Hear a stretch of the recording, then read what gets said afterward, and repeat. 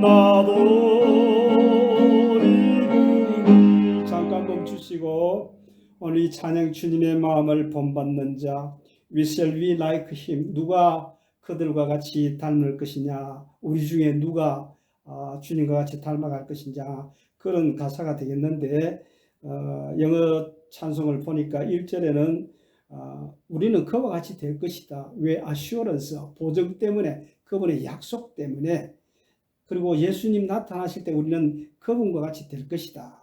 그런 찬양의 가사가 1절이고요. 2절은 이렇습니다. 귀로 보는 일이나 듣는 일이 없지만, 눈으로 본 일이 없지만 우리는 어떻게 될 것인지 그 말씀을 통해서 나오는 음성을 통해서 우리의 모든 두려움을, 프라이드를 갖다가 이기는 그런 메시지를 우리가 받고 있다. 그런 찬양이 되겠습니다. 지난 주간에 깊은 밤에 폭우가 엄청나게 쏟아졌어요. 그때 제가 밤잠에서 일어나면서 마음에 느낀 감정이 뭐냐면, 이렇게 폭우가 쏟아지는데 그할 집이 있다는 것이 얼마나 복이 되는가. 참 이 노도 광풍의 이 세상 속에서 영혼의 건짐을 받아서 안전한 그 보호를 받을 수 있는 주님의 품 안에 있다는 것이 우리에게 얼마나 놀라운 은혜인가, 그것을 생각하게 되었습니다. 사실 그 주 안에 있을 때 우리에게 실패도 어려움도 지난날의 모든 과거도 다 이기고 승리의 날만, 매일매일 그 그리스도 안에 있을 때에 매일 승리의 날이 우리에게 있게 된다 하는 그런 생각을, 마음을, 믿음을 갖게 되었습니다. 3절도 마찬가지입니다. 도로가 험할 때 우리가 소나무를 안 심느냐. 영어 성경에는, 영어 찬송에는 그렇게 나오는데, 하나님께서 우리가 참 험한 가운데서도 씨를 뿌릴 수가 있고, 정말 엄청난 상황을 맞아도 우리가 다음 내일을 기대하면서 소망하면서 갈 수 있는 것은 뭐냐면, 하나님의 말씀 속에 약속이 너무너무 많이 나와요. 특히 이제 창세기에 보면 노아가 홍수를 맞은 이후에 무지개 언약의 그 약속을 받죠. 언약을 받죠. 그건 보호의 언약입니다. 출애굽기에 가면 이스라엘 백성들을 이제 6월절에서 피를 바람으로 말미암아서 백성들이 다 구원을 받죠. 이것은 뭐냐? 구원의 언약, 구속의 언약, 피 보혈의 언약, 약속, 능력, 그것을 우리에게 언약으로 말씀해 주고 있습니다. 뿐만 아니라 아브라함이 여러 가지 제사를 드리면서 하나님 앞에 큰 약속을 받죠. 내 민족이 그야말로 이제 복을 전하는 그런 백성이 되고 온 땅을 지배하는, 통치하는 그런 민족이 된다고 하는 그런 약속도 하나님의 보호에, 하나님의 인도와 하나님의 함께 하심과 하나님의 내일에 대한 약속의 보증입니다. 뿐만 아니라 하나님의 언약은 다윗에게 가면 내가 너 왕조를 갖다가 든든히 해서 세상 끝날까지 지키시리라, 그런 이야기를 듣죠. 그런데 가만히 보면 다윗이 얼마 동안 살다 갔어요. 그러면 왕조는 어떻게 이어져 가느냐? 약속 속에, 믿음 속에 오늘 우리에게까지 이어지는 그런 믿음으로 오는 줄로 믿습니다. 그리고 마지막에 이 모든 언약의 성취를 예수님이 십자가 위에서 다 단번에 한 번에 다 도말하시고 다 이기셨다, 약속을 주셨다, 그런 약속을 주셨죠. 그런데 여기는 엄청난 은혜가 있습니다. 어떤 은혜냐면 우리의 행위를 보고 구원하겠다, 그런 것이 아니고 하나님께서 예수 그리스도의 보배 피를 보고 하나님의 백성들을 건지시고 지키시고 끝까지 하나님의 자녀로 지키신다는 그런 약속입니다. 우리가 생각해 볼 때 우리 행위대로 생각하게 되면은 우리는 주님 앞에, 하나님 앞에 설 수가 없어요. 그런데 하나님은 하나님이세요. 한번 말하시면 변개할 수 없는 것입니다. 그 하나님의 말씀으로 이제 예수님과 우리 사이에 약속을 했어요. 그래서 내가 어떤 죄를 범해서 내가 회개하고 하나님 앞 보좌 앞에 나가면 하나님은 당연히 용서해 주셔야 합니다. 그걸 안 하시면 하나님 자신을 어기기 때문에 하나님의 공의가 깨지는 것입니다. 로마서 1장 7절에도 그랬어요. 복음에는 하나님의 의가 나타나서, 이렇게 이야기합니다. 하나님의 사랑이 나타났다, 이런 이야기가 아니에요. 사랑으로 우리를, 물론 사랑이 그 의 속에 포함되어 있지만 사랑으로 우리를 용납하고 우리를 용서하는 것이 아니고 하나님의 의, 정의, 저스티스, 공의가 우리를, 하나님은 어쩔 수 없이 내가 약속했기 때문에 나는 너를 건지시고 나를 보호한다, 그 약속으로 이어지는 것입니다. 이게 얼마나 능력인지. 그리고 우리가 살아가는 믿음 생활 속에서도 이것은 결코 변하지 않습니다. 언약, 약속, 하나님의 공의, 하나님의 공의, 하나님의 내가 이렇게 하겠다는 그 약속 때문에 우리가 어떤 범죄의 자리에 있더라도 하나님 앞에 나가 회개하면 하나님께서 우리를 고치시는 것입니다. 우리를 치료하십니다. 우리를 회복시켜 주시는가. 하나님 우리를 용서해 주시는 것입니다. 이 3절에 보면요, 사랑의 언약 무지개, 사랑의 무지개가 눈물의 계곡을 가로지른다 하는 그런 가사가 나오고 있어요.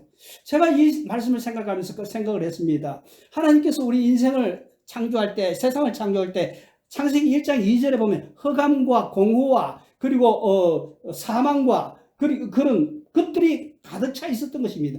우리가 사실 예수 그리스도 알기 전에는 흑암 가운데 있었어요. 사망 가운데 있었어요. 저주 가운데 있었어요. 그리고 아무런 소망이 없는 가운데 있어요. 그러나 우리가 예수 그리스도를 하나님의 사랑으로 이 구원함 받은 이후에 우리는 또 다른 차원의 이제 하나님이 역사하시는 그런 우리의 삶으로 바뀌어졌습니다. 그것이 우리에게 일어난 일이었기 때문에 우리는 이 영적인 비밀을, 영적인 생명을 알기 때문에 매주일 하나님 앞에 예배하게 되는 것입니다. 그래서 우리가 살아가면서 엄청난 많은 일들을 만나게 됩니다. 정말 감당하기 힘든 그런 일들을 만나게 됩니다. 그럼에도 불구하고 우리가 이런 고백을 할 수 있어요. 저는 그렇게 고백할 수 있습니다. 내가 지난날 이런 엄청난 아픔과 괴로움 속에 험난한 길을 걸었기 때문에 하나님을 간증할 수 있는 하나님의 자녀로 하나님의 사랑을 발견하고 하나님의 은혜를 발견하게 되었습니다. 이 고백을, 이 찬양을 하나님 앞에 할 수 있단 말이죠. 저와 여러분은 다 마찬가지입니다. 이 시간 뭘 예배합니까? 물론 지금 가는 길이 형통해서 하나님을 찬양할 수도 있겠지만 너무 피곤하고 힘든 가운데, 그냥 고독 가운데, 우울함 속에서 공황장애 가운데서 하나님을 찬양할 수 있는 것은 이것 때문에 내가 하나님을 알게 되었고, 이것 때문에 하나님 앞으로 내가 나아가게 됐고, 이것 때문에 하나님 사랑을 알게 되었습니다 하는 것이 바로 이 3절 가사의 내용이고, 이어서 4절 가사를 이어지는 찬양의 내용인 것입니다. 우리 3절 4절을 그런 각도에서 한 번 더 찬양하겠습니다. 가는 길 거칠고 험하여도 내 맘에 불평이 없어짐은 십자가 고난을 이겨내신 주님의 마음 본받으니라. 주님의 마음 본받아 살면서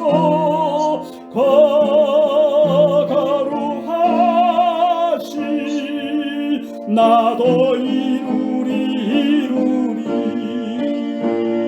주 예수 세상에 다시 오시 그날엔 무선도 변화하여 주님의 빛나는 그 형상을 다 함께 보며 주 찬양하리. 아멘. 주님의 마음 본받아 살면서 거룩하시 나도 이루리. 아멘. 24님 기도 인도하시겠습니다. 아멘. 하나님 아버지, 은혜와 감사와 영광을 돌립니다. 저희들이 무엇이간데 이처럼 사랑하시는지, 복되고 거룩한 날 주의 전에 나와 진정과 신령으로 주님 앞에 나올 수 있도록 인도해 주심을 감사합니다. 아멘. 저희들은 이 땅에 살면서 형제를 사랑하지 못하고 시기와 질투를 살지 않았나 이 시간에 회개하오니 예수님 보혈로 깨끗하게 씻어 주시옵소서. 하나님 아버지, 희호 장로교회를 만세전에 택하여 주시고 오늘 이 시간까지 역사하심을 감사합니다. 향나무 선교와 대학과 방송국을 통하여 이웃의 복음을 접하여 할 수 있도록 역사하심을 감사합니다. 세상에는 재난과 지진과 전쟁과 질병 속에 시달려 많은 고통 속에 살고 있습니다. 이 시간 가운데 저희들 가족과 자녀와 사업장을 지켜주심을 감사합니다. 단합계라 말씀과 기도와 찬양으로 이겨내는 우리 모든 성도님들이 될 수 있도록 도와주시옵소서. 우리 목사님 사모님 자녀들 몸 건강 허락하여 주시고 오늘 말씀을 전하실 텐데 아멘을 하답하여 주의 영광 드러내는 복된 시간 될 수 있도록 도와주시기를 원하며 예수님 이름으로 기도드립나이다. 아멘. 감사합니다. 하나님의 말씀은 에스겔서 10장 10장 9절입니다.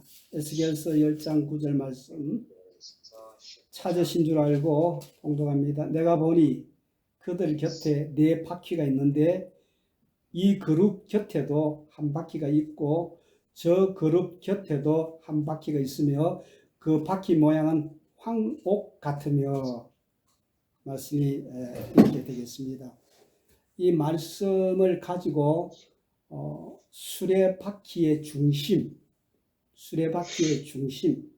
말씀을 생각하도록 하겠습니다. 먼저 하나님 앞에 기도드리겠습니다. 하나님 아버지, 이 아침에도 우리에게 호흡 주시고 모든 것 우리에게 주심을 인하여 감사를 합니다. 내가 경험하는 모든 것 합력하여 선을 이루실 그 주님을 인하여 하나님 앞에 찬양과 경배를 드립니다.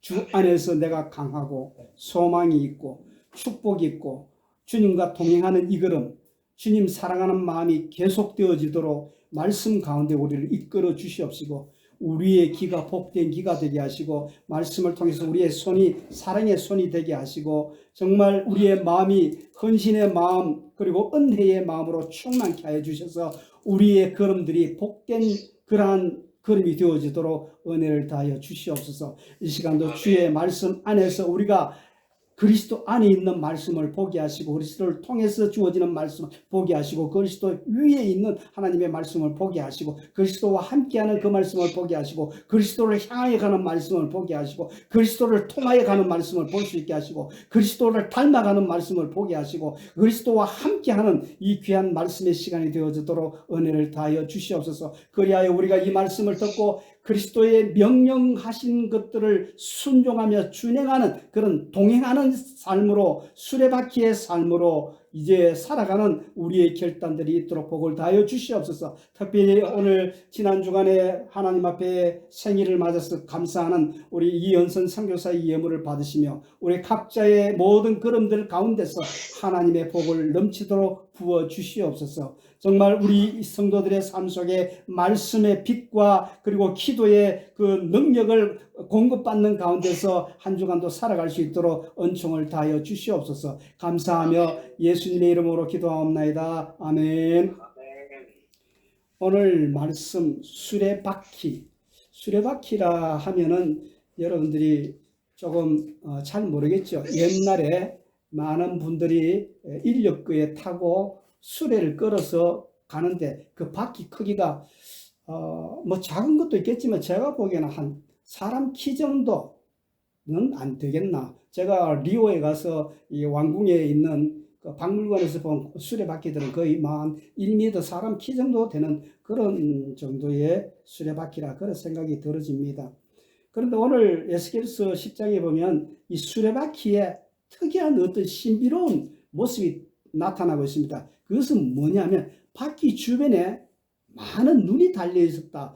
여러분들 이 수레바퀴가 참 흉측스럽게 느껴지지 않습니까? 그냥 바퀴만 있는 게 아니고 바퀴 좌우편 우편 이 모든 것에 눈이 달려 있다. 에스겔 선지자가 본 환상입니다. 계시입니다. 이 계시가 신구약 성경을 쭉 이어가 가지고 나중에 계시록에서도 나타나는 그런 어떤 환상과 계시의 모습인데 여기에 있는 눈은 뭐냐면 전능하신 하나님의 눈이다. 세상을 다 살피시고 계시는 눈의 모습을 그냥 이렇게 형상에 보여주는 거지. 그게 실질적인 눈이라 이렇게. 물론 하나님의 눈은 눈동자 하나만 있어도 온 세상을 관찰하죠. 마치 저 우주에 떠 있는 우리 위성들이 인공위성들이 그 위에서 보면 지구촌을 다 내려다보고 있잖아요. 구석구석을 다 살필 수 있잖아요. 마찬가지 하나님의 눈동자가 하나라 해도 다 보실 수가 있겠지만 이제 에스겔 선지자가 본 그런 그 수레바퀴에 달린 눈은 그런 의미였다 하는 것을 볼 수 있습니다. 종교 개혁자 칼빈은 평생을 내가 하나님 앞에서 살겠다. 하나님의 눈동자 앞에서 살겠다. Before Christ, before God, 코람 데오, 코람 하나님 앞에서 이렇게 자기의 표현을 했는데 그건 뭐냐면 하나님의 밝은 눈동자가 나를 계속 쫓아오고 나를 살피시기 때문에 내가 하나님의 눈동자 앞에서 살겠다. 그런 표현이 되겠습니다. 그러면 하나님의 눈동자가 우리를 심판하기 위해서 정죄하기 위해서 쫓아옵니까? 아니에요. 하나님의 눈은 반드시 우리에게 복 주시기 위해서 계속 살피시고 이제 찾아오시는 줄로 믿습니다. 하나님의 눈이 우리를 복 주시기 위해서 온 세상을 땅을 두루 살피면서 아무도 피할 수 없는 전지전능의 눈길로 우리의 삶을 살피시고 우리의 인생의 장애물들을 해결해 내시고 우리가 가도록 그렇게 해주시는 줄로 믿습니다. 오늘 이 수레바퀴 설교를 하게 되는데 이 수레바퀴는 사실상 주전 3500년 전에 메소포타미아 문명에서 최초로 이제 뭐 수레가 발견된 그런 흔적을 볼 수가 있었습니다. 이 메소포타미아라는 것은 그렇잖아요. 메소는 중간이란 말이에요. 포타미아는 뭐냐면 강이라는 말이에요. 강 중간에 있는 그 지역, 이 메소포타미아입니다. 우리 세계 인류 문명사가 이런 강을 중심으로 해서 여러 가지 문화들이 있지 않습니까? 다 말씀을 못 드리겠고, 이 메소포타미아 문명 중간, 우리의 뭐 노래를 하더라도 메조소프라노 이런 거 있잖아요. 소프라노도 있고 알토도 있지만 메조소프라노는 뭐냐, 중간 영역을 담당하는 그런 소프라노다, 그런 이야기가 되겠죠. 이런 가운데서 수레가 이렇게 처음으로 이렇게 사륜, 이륜 이런 윤이 바퀴륜자잖아요. 한문으로 바퀴가 있는 그런 수레를 볼 수가 있었는데, 오늘 저는 이 말씀을 생각하면서 여러분들 가운데 이 바퀴가 지금까지 굴러온 인류 역사는 이 역사의 수레바퀴가 있는 반면에 오늘 내가 주 안에서 주님을 내 인생의 축으로 중심으로 모시고 다음 인생을 흘러가게 하고 굴러가게 하시는 그 주님과 동행하면서 역사를 만들어가는, 역사를 굴러가는 그런 저와 여러분들이 되시라 하는 그런 의미에서 이 수레의 중심인 예수 그리스도를 소개하고 우리의 인생 가운데 함께 하시는 하나님을 우리가 같이 나누려고 하는 것입니다. 그래서 2023년 벌써 3주가 지났는데, 이 3주가 지나면서 다음 주가 되면 이제 부정이 돼서 또 새해를 맞게 되는 그런 일들도 맞게 되겠습니다만, 저는 여러분들에게 이 23년도 한 해 동안 몇 가지 강이 흐르기를 원합니다. 그 노래 중에 이런 노래가 있습니다. 내게 강 같은 평화, 내게 뭐 이런 찬양이 있었습니다. 복음성가가. 그런데 여러분들의 이 23년도 한 해 동안 은혜의 강이 넘치고 생명의 강이 넘치고 평강의 강이 흐르고 생수의 강이 흘러 넘치는 그런 가운데서 고난의 강을 만나더라도 하나님의 은혜의 강으로 요단강을 이겨나가고 건너가는, 그리고 정복하는 그런 은총들이 여러분들의 있기를 주의 이름으로 충만합니다. 이 일은 어떤 때 가능하느냐 하면 우리가 성령으로 충만하게 될 때. 성령 충만은 언제 오느냐?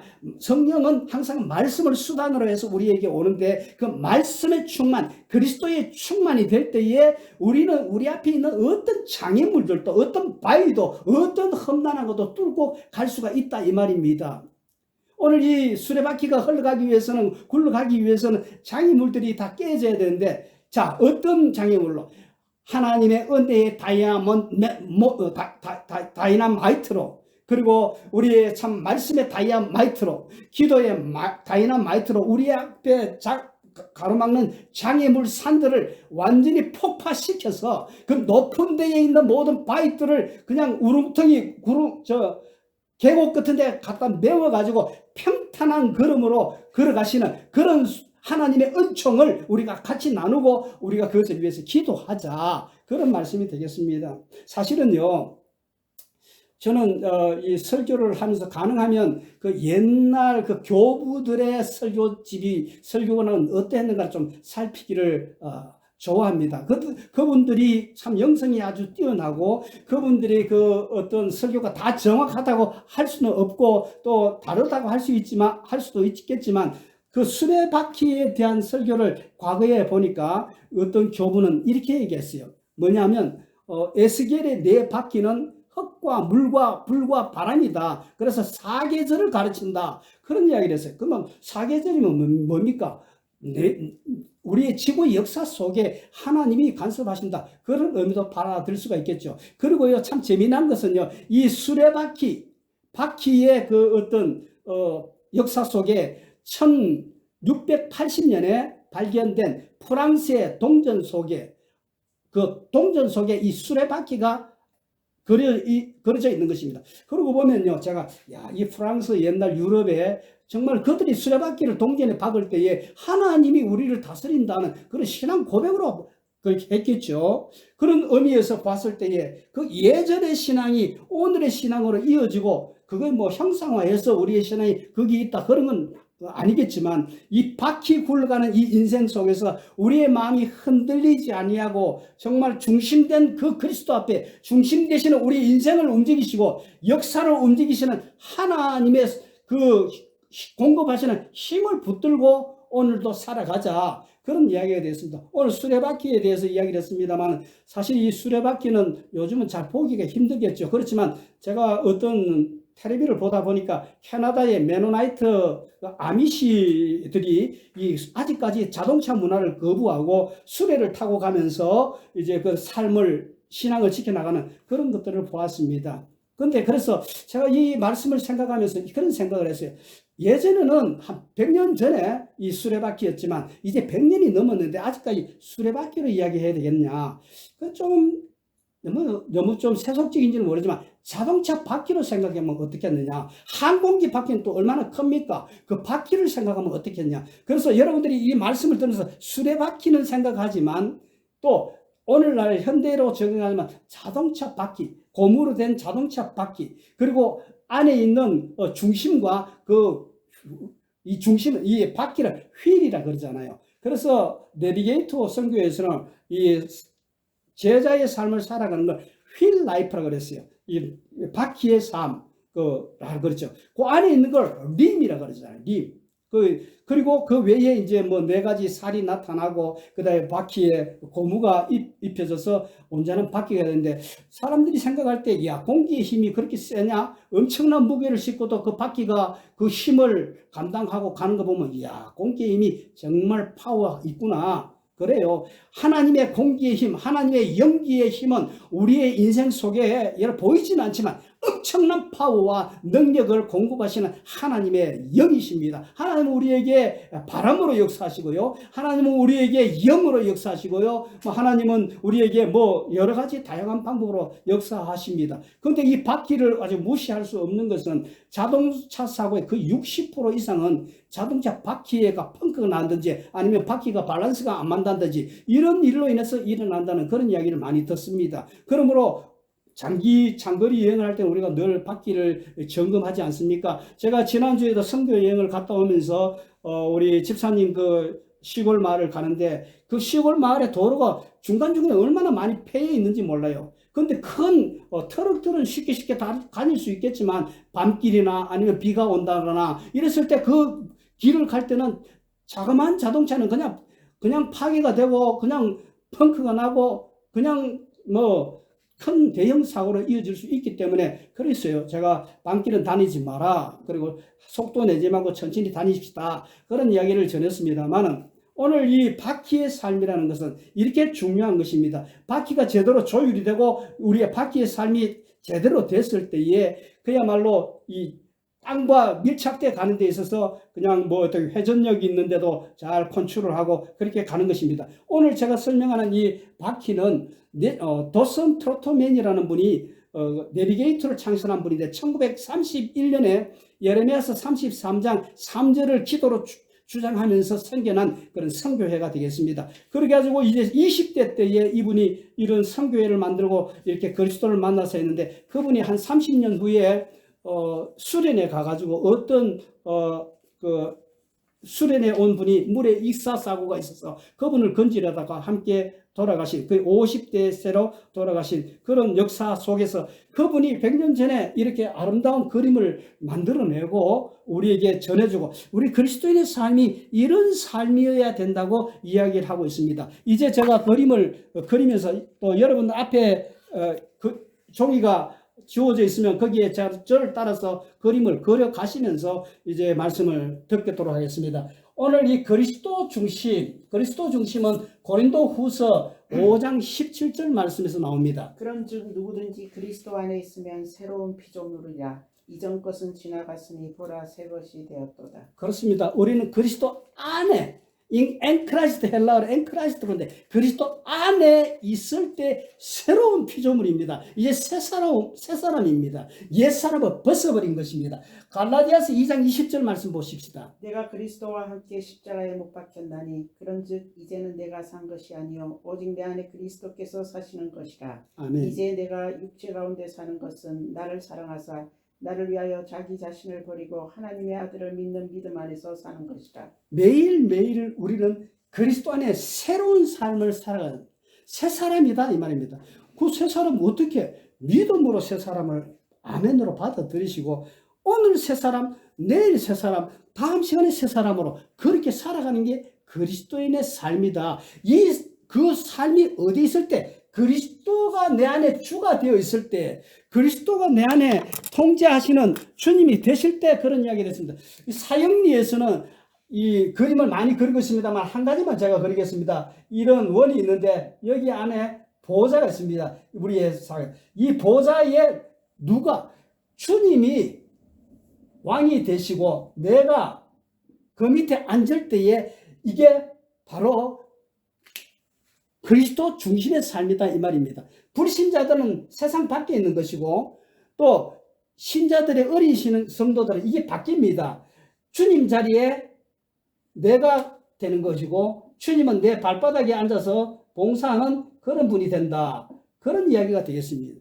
이건 잘못해요. 미성숙한. 그러나 정말 성숙한 하나님의 자녀들 우리가 지향하고 우리가 구하는 그 목표는 뭡니까? 좀 전에도 말씀드렸듯이 주님이 우리의 보좌에 앉으시고 나가 이제 셀프가 그 자리에 앉아서 복종하는 그런 상황이 되는 것입니다. 자, 그래서 우리의 그리스도인의 삶이라는 것은 바로 제일 중요한 것이 그리스도 중심 센터, 이 그리스도 중심 여기에서 출발하는 것입니다. 왜냐하면 이 바퀴가 대단히 중요한 것이지만 이 바퀴를 돌리는 그 힘이 어디서 오느냐면 이 축에서부터 온단 말이죠. 지금까지 흘러온 모든 역사가 어디에서 왔습니까? 하나님의 공급하시는 힘에서부터 지구가 흘러갔고 앞으로도 결국은 그렇게 간다 말씀입니다. 하나님의 말씀 속에 우리가 그리스도 아래에 있어야 된다 하는 것은 뭐냐면 하나님의 그 독특한 그 계획하심이 모든 세상의 권세와 관리를 예수 그리스도 이름 앞에 드렸기 때문에 하나님의 선택이고 하나님의 선택으로 세상은 반드시 흘러가기 때문에 이 흘러가는 중간에 여러 가지 변화 사항이 있을 수 있습니다. 여러분들 세상에 속지 마십시다. 세상에 우크라이나 전쟁에도 속지 마시고요. 뭐 정치적인 어떤 전쟁에도 속지 마시고요. 우리의 전쟁은 오로지 하나님 사랑의 전쟁 그리고 이웃 사랑의 전쟁만이 우리에게 있을 뿐입니다.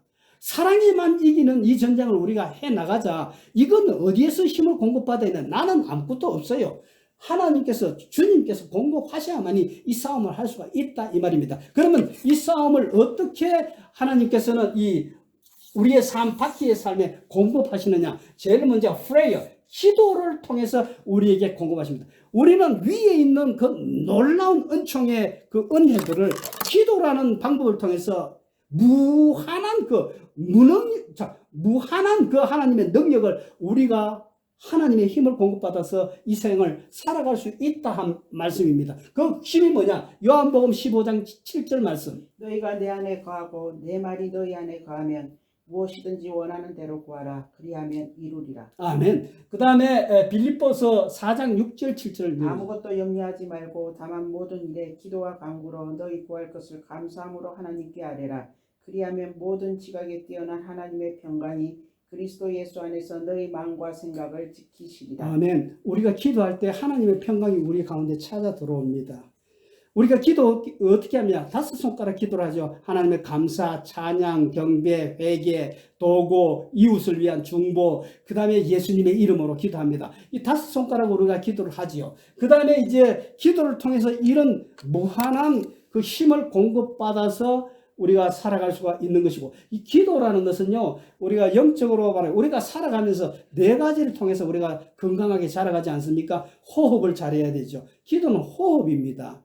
우리가 호흡이 멈추면 죽은 목숨이죠. 살아있는 동안에 호흡하는 것이요. 그 다음에 음식을 잘 먹어야 됩니다. 음식은 뭡니까? 하나님의 말씀, 다음 말씀입니다. 하나님의 말씀.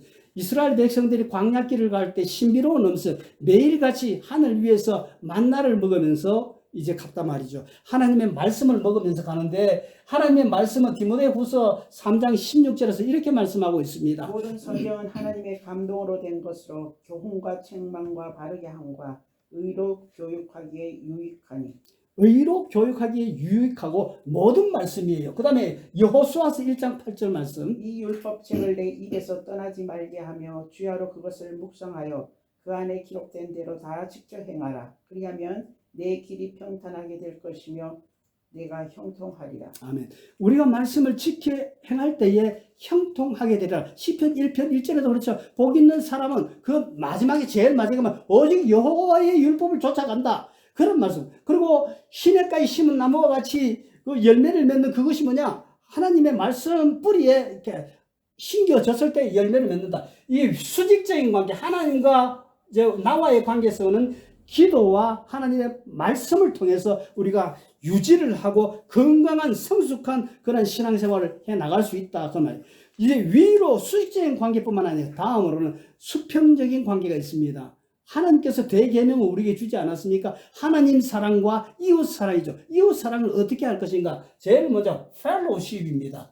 펠로십은 뭡니까? 교제잖아요. 우리가 참 주일마다 이렇게 만나서 하나님 앞에 예배를 드리는데, 하나님 앞에 온전한 예배는 뭐냐면 성도들 간에 만나서 대화하고 하나님 높이는, 그것이 바른 믿음의 생활이고 그것이 바른 예배의 생활이란 말이죠. 예배만 큰 교회 뒷자리에 앉았다가 가고 그렇게 해서 그거는 예배가 아닙니다. 온전한 예배가 아닙니다. 온전한 예배는 그 교회 안에서 성도들과 교제하고, 또 예배라는 게 뭡니까? 서비스, 봉사잖아요. 내 있는 모든 재능을 하나님 앞에 드려서 하나님의 그 예배 자리를 잔치로 축제로 만드는 이 일에 내가 함께하는 것이, 이게 바람직한 예배다 말이죠. 그 예배에서 마태복음 18장 20절 말씀 보십시오. 두세 사람이 내 이름으로 모이는 곳에는 나도 그들 중에 있느니라. 아멘. 이 예배 그리고 교회는 어떤 건물이 아니죠. 우리가 두세 사람이 주님의 이름으로 모일 때 그것을 하나님께서 교회로, 그리고 그 안에 내가 거하기 위해서 교회를 만드셨고, 그거를 통해서 하나님께 영광을 받으시고, 그 교제를 통해서 하나님 기뻐하신다. 그 다음에 히브리서 10장 24절 25절. 서로 돌아보아 사랑과 선행을 격려하며 모이기를 피하는 어떤 사람들의 습관과 같이 하지 말고 오직 권하여 그날이 가까움을 볼수록 더욱 그리하자. 예, 우리 우한 폐렴으로 인해서 얼마나 모임들이 그냥 무너지고, 그 교회가 많이 정말 안타깝게도 문을 닫는, 하나님의 복음을 전하는 그런 센터들이 많이 이제 활동을 못하는 그런 상황을 보지 않습니까? 마귀는 어떻게 우리 세상을 공격하고 우리에게 전쟁을 일으킵니까? 모인 것을 방해하고 모이지 못하도록 하는 것입니다. 그 다음에 수평적인 관계성 속에 하나가 다른 것은 뭐냐면, 이 모임이라는 것은 뭐냐면 그야말로 먹고 그 다음에 이제 좀 전에 소호하고 먹고, 그 다음에 이 펠로십은 뭐냐면 교제라 그랬는데, 교제는 뭐냐? 쉼입니다. 이 교제를 갖다가 어떤 힘들다 이런 게 아니고, 우리가 인생을 살아가면 일만 해서 되는 게 아니고요. 쉬어가면서 잘 쉬지 못하는 것도 하나님 앞에 범죄입니다. 하나님, 우리가 주님 앞에 서면 그렇게 하니까, 내가 너에게 쉴 만큼 많이 기회를 줬고 쉬라고 이야기하는데 네가 뭐 한다고 그렇게 열심히 건강 해치면서 그렇게 일하다가 왔니? 너 왜 그랬니? 그렇게 물을 거예요.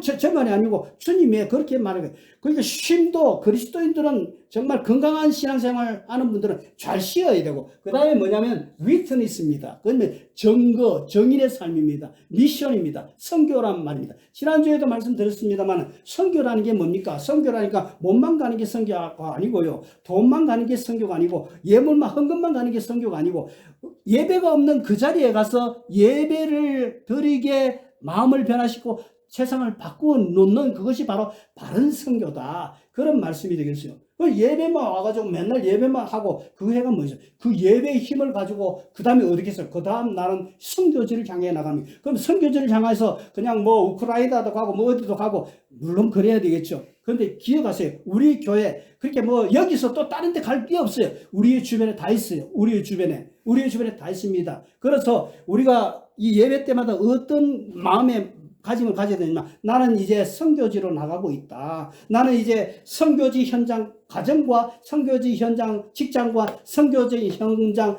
많은 사람들을 만나는 그곳에 그리스도를 예배하게 하도록 하는 그 몫을 하고 사명을 받아서, 선교란 미션이잖아요. 보낸다는 뜻이잖아요. 여기에 우리가 의미가 있는 것입니다. 마태복음 4장 19절 말씀. 말씀하시되 나를 따라오라. 내가 너희를 사람을 낚는 어부가 되게 하리라 하시니.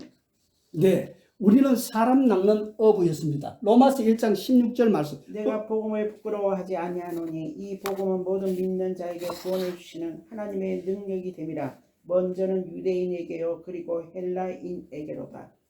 네, 이렇게 우리는 유대인에게, 헬라인에게, 이방인에게, 그 다음에 온 만방을 향해서 하나님의 복음을 전하는 사명을 감당할 때에 우리는 온전한 건강한 제자가 되는 것이고 그리스도의 중심의 신앙생활이 된다는 말씀이 되겠습니다. 그런데 이 그림을 잘 보세요. 여기서 멈추면 안 됩니다. 우리의 이 형태의 네 가지 살들이, 제가 한 가지 더 보태는 것은 뭐냐면, 이것이 여기 화살표를 하나씩 다 그려보세요.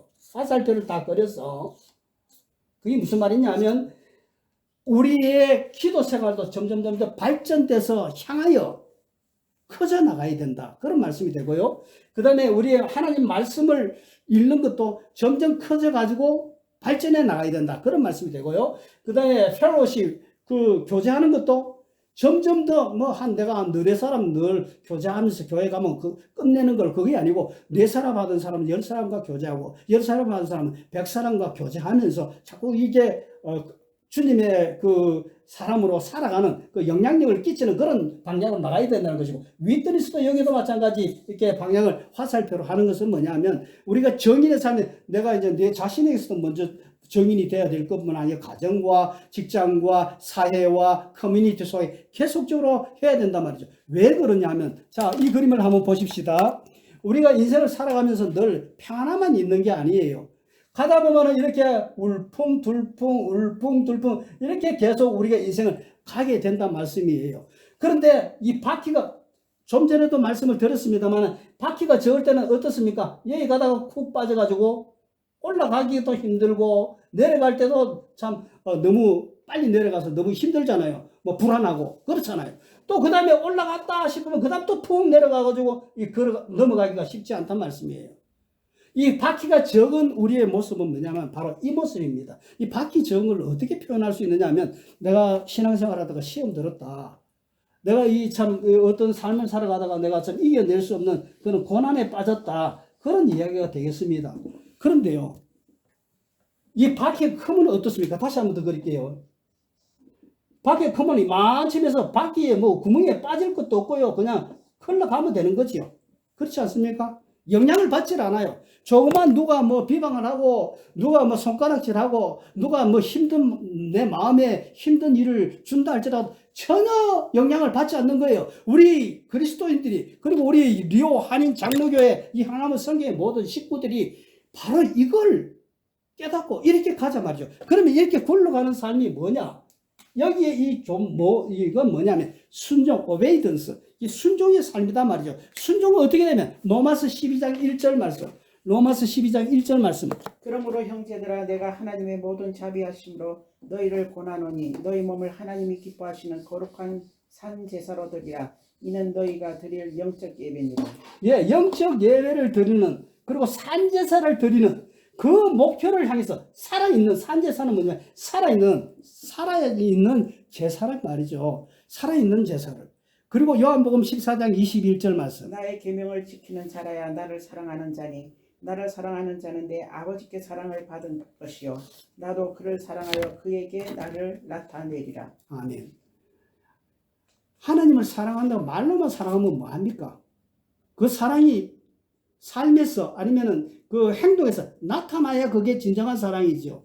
사랑한다 사랑한다 해놓고는 선물도 하나도 안 주고 사랑한다 사랑한다 그래놓고 그냥 그렇게 가면 그 누가 그 사랑을 믿을 수가 있겠어요. 우리 하나님 사랑한다면 하나님 앞에 사랑하는 모습들을 보여드리고 하나님 사랑하는 삶의 모습을 현장에서 드러내야 된단 말이죠. 이것이 중심 대신 그리스도 하나님을 통해서 흘러가는 지금까지 이 인생에 내 모르고 뭐 굴러왔는지는 모르지만 굴러왔다는 표현이 좀 좋지 않죠. 그렇지만 그래 좋지 않는 표현으로 생각하지 마시고 하나님의 은혜의 수레바퀴가 내 중심 내 인생 속에 역사하여 주셔서 내가 이까지 구르는 인생으로 왔다. 또 구른다는 그러면 어떻게 뭐 표현이 없으니까 그렇게 이제 다음 또 마찬가지 중심 대신 축 대신 그분을 통해서 내가 또 은혜의 삶을 살아가야 할 것이다. 그 삶의 방법은 뭐냐? 말씀을 통해서 영의 양식을 공급받고 하나님의 말씀은 또 어떻게 말씀에 대해서도 5가지입니다. 말씀을 듣고 읽고 그 다음에 전하고 묵상하고 하는 이런 여러 가지. 그래서 우리가 하나님의 말씀을 듣고 공부하고 연구하고 이건 참 중요하지만 주일날마다 듣는 이 하나님의 말씀은요. 그 다음 주 지나면 5%인가 6%만 밖에 남지 않는다 그래요. 근데 정말 영향력 있는 설교는 저도 제 평생에 잊지 못하는 설교들을 몇 개는 기억하고 있습니다. 목사니까 그렇게 또 하겠지만 여러분들도 마찬가지일 거예요. 뭐 일생에 한 번에 그 귀한 말씀도 생각이 되겠지만 그렇지 못할지라도 그 말씀으로부터 공급하는 그 힘을 공급하기 위해서 공부하고 암송하고 듣고 읽고 마지막으로 묵상이 제일 중요합니다. 묵상이라는 건 뭐냐면 하나님의 말씀을 계속 계속 기억한다 그러잖아요. 계속 기억한다는 거죠. 우리가 하나님의 말씀은 음식이라 그러는데 이 하나님의 말씀을 못 받으면요 우리 영양실조 되어 죽습니다. 어떤 분은 그런 이야기 했다. 유명한 탤런트인데 1일 1식만 했다 그래요. 뭐냐? 자기 살 빼려고 그렇게 했는데 결국 나중에 나면 영양실조 걸리고 눈도 안 보이고 그 다음 힘도 없고 그 다음에 다른 여러 가지 질병을 가져왔다 이야기예요. 왜 그들이 안 먹고 왜 그렇게 합니까? 잘못된 정보, 잘못된 그런 그 세상의 것들을 먹기 때문에 그런 거예요. 우리가 하나님의 말씀을 온전한 적과 같은 그 말씀을 들으면 우리의 건강 생활을 유지해낼 수가 있는 것입니다. 말씀 잘 들어요. 기도의 호흡을 잘해야 돼요. 정인의 삶을 잘 살아가야 됩니다. 정인 시대 오늘은 그렇잖아요. 뭐 길가에 나가서 전도지 뿌리는 일도 잘하지만 오늘은 전부 온라인 시대 아닙니까? 온라인 이게 얼마나 중요한지 몰라요. 온라인 거부하면 안 돼요. 우리가 온라인에 접속해서 하나님의 복음을 전하고 지금 우리가 하나님의 말씀을 나누는 것이죠. 예배 없는 곳에 예배 있게 하는 것이 온라인의 역할이다 말이죠. 이런 것들을 한쪽으로 치우치지 말고 방법론적으로도 치우치지 말고 4가지가 참 균형을 맞추어서 결국 이 균형이 맞다는 것은 아까도 이야기를 했습니다만 한쪽만 커버리면 어떻습니까? 찌푸덕 울퉁불퉁 이렇게 가다 보면은 그 차가 온전히 갈 수 있겠습니까? 나사들 다 풀려져 버리고 그 다음에 뭐 기계들 다 깨져 버리고 그런 상황이 되지 않겠습니까? 이걸 원활하게 가게 하려고 그러면 뭡니까? 그건 균형입니다. 우리 자동차 집에 가서도 바퀴 밸런스 맞추잖아요. 그걸 맞추잖아요. 그건 뭡니까? 이거 한쪽으로 치우치거나 한쪽으로 되지 않아서 아주 잘 가도록 하기 위해서 그런 일들을 하게 한다는 것입니다. 우리는 그래 이런 삶을 살기 위해서는 결국은 중심 대신 이 중심이라는 게 중요한 거예요. 우리를 움직이게 하시는 원동력, 자동차에 그 에너지가 들어와야 바퀴가 굴러가잖아요. 우리 인터넷이 온라인이 돼야 이렇게 들어가잖아요. 이렇게 우리 그리스도의 핵심은 바로 기독교의 핵심은 예수 그리스도 하나님 그분이 중심이다 말이죠. 그런데 그 중심이 우리에게 뭐라고 이야기해 주고 있습니까? 너 새로운 피조물이 되었다. 새로운 피조물이 됐고 또 새롭게 만들어 줄 것이다. 그러니까 옛날 것은 잊어버려라. 좋은 것도 나쁜 것도 다 잊어버려라. 왜? 옛날 좋았던 거 있지만 옛날 좋은 것도 이전보다 더 좋은 것으로 너희들에게 안내하고 너희들에게 줄 것이다. 아멘. 할렐루야. 그렇기 때문에 새로운 피조물이 됐고 새롭게 살아가라. 그리고 이렇게 살아가기 위해서는 뭐가 필요하느냐? 너희 마음의 문을 열어라. 내가 문 밖에서 문을 두드리노니. 우리 주님은 너무 점잖으신 분이 젠틀하신 분이에요. 그냥 밀고 쳐들어오는 그런 분이 아니고 언제든지 우리에게 이렇게 두드리시면서 내 마음을 열어라. 내가 들어가게 하겠다. 네가 그리스도와 함께 십자가에 못 박혔나니. 여러분들 지금 우리가 정말 영생의 삶을 살고 있지 않습니까? 영생을 약속받은 자가 아닙니까? 영생 어떻게 약속받았느냐? 여러분들 예수님께서 십자가에 못 박아 돌아가신 이후에 부활하셨잖아요. 그 부활이 지금 부활하셔서 어디 계십니까? 하나님 보좌 우편에 앉아 계시잖아요. 아직까지 오랫동안 영원토록 그렇게 가셨잖아요. 그 부활의 생명이잖아요. 이 그리스도의 생명의 힘이 오늘 우리 인생을 가게 만드는 동력이다. 파워다. 그런 이야기죠. 그런데 그 영생의 파워, 영생의 것이 어떻게 우리가 누리고 어떻게 주장해야 되느냐? 부활하신 그분과 함께 나도 부활했다.